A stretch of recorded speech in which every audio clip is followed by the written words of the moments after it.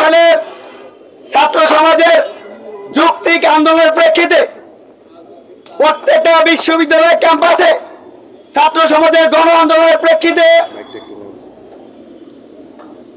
মাননীয় প্রধানমন্ত্রী শেখ হাসিনা সংসদে ঘোষণা দিয়েছিলেন বিসিএস সহ সরকারি চাকরিতে প্রথম ও দ্বিতীয় শ্রেণীতে কোটাই থাকবে না। আমরা ছাত্র সমাজ মাননীয় প্রধানমন্ত্রীর সেই সিদ্ধান্তকে সাদরে গ্রহণ করেছিলাম।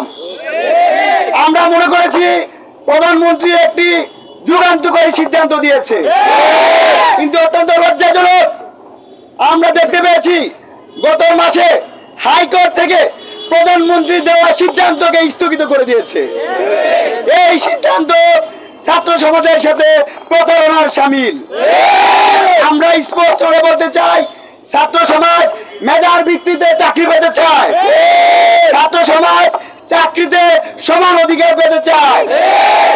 ছাত্র সমাজ মনে করে চাকরি পরীক্ষায় এমন একটা পরিবেশ থাকে দরকার যেখানে একজন লেভেল প্লেইং ফিল্ড থাকবে, সবার সমান অধিকার থাকবে।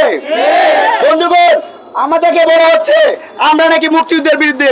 আমরা কি মুক্তিযুদ্ধের বিরুদ্ধে? আমরা কি মুক্তিযুদ্ধের চেতনার বিরুদ্ধে?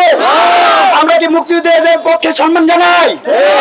সুতরাং আমরা বলতে চাই, স্বাধীনতার 53 বছর এসে বাংলাদেশের সূর্য সন্তান যারা তাদের বুকের তাজা রক্ত ঢেলে দিয়ে পশ্চিম পাকিস্তানের বৈষম্যের বিরুদ্ধে লড়াই করেছে, স্বাধীনতার 53 বছরে এই স্বাধীন বাংলাদেশে আর কোনো বৈষম্য আমরা মেনে নিব না। আমরা বলতে চাই, এই বর্তমান কোটা মুক্তিযুদ্ধের চেতনার পরিপন্থী।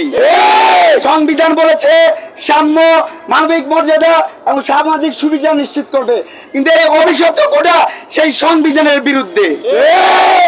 আমাদের দফা এবং দাবি স্পষ্ট। আমরা বলতে চাই, মাননীয় প্রধানমন্ত্রী কর্তৃক 2018 সালে যে পরিপত্র জারি করা হয়েছে, বিশেষ সহ সরকারি চাকরির প্রথম এবং দ্বিতীয় শ্রেণীতে কোটা বাতিল করার পরিপত্র বহাল রাখতে হবে।